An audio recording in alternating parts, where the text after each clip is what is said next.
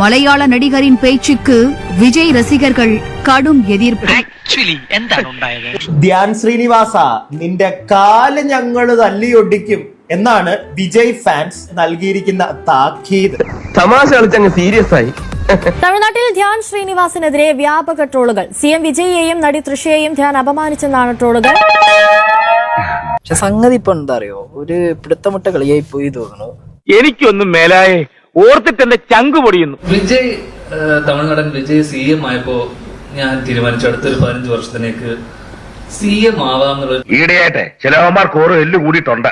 വിജയ് ചെയ്ത ചാരിറ്റിയൊക്കെ നാട്ടുകാരുടെ കണ്ണിൽ പൊടിയിടാനാണ് എന്നൊരു സാധനം തമാശ രൂപേണ അവിടെ പറഞ്ഞതാണ്. നമ്മളിനി എന്ത് ചെയ്യും? മേലും കീഴും നോക്കാതെ ഓരോന്നും ചാടി പുറപ്പെട്ടാ ഇങ്ങനെയിരിക്കും. ശേഷം നമുക്ക് 15 വർഷത്തിനുള്ളിൽ നമുക്ക് ചാരിറ്റിയൊക്കെ ചെയ്യണം.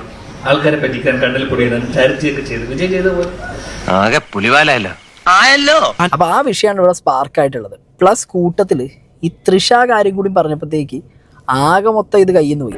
അത് നമ്മൾ ഉദ്ദേശിച്ചാണ്. ഞാൻ CM ആയി സത്യപ്രതിജ്ഞ ചെയ്യുന്ന ദിവസം സാരി എടുത്ത് ആ ഫ്രണ്ട് റോഡ് കണ്ണ് നിറഞ്ഞുകൊണ്ട് എന്താന്ന് പറയുന്നത് എനിക്ക് വല്ല ബോധമുണ്ടാ? നവ്യ നായരോട് പറഞ്ഞപ്പോഴത്തേക്ക് നവ്യ നായർ ഇത് ഏറ്റുപിടിച്ചിട്ടുണ്ട്. നീ അപ്പൊ അങ്ങനെ ചെയ്തത് നന്നായി.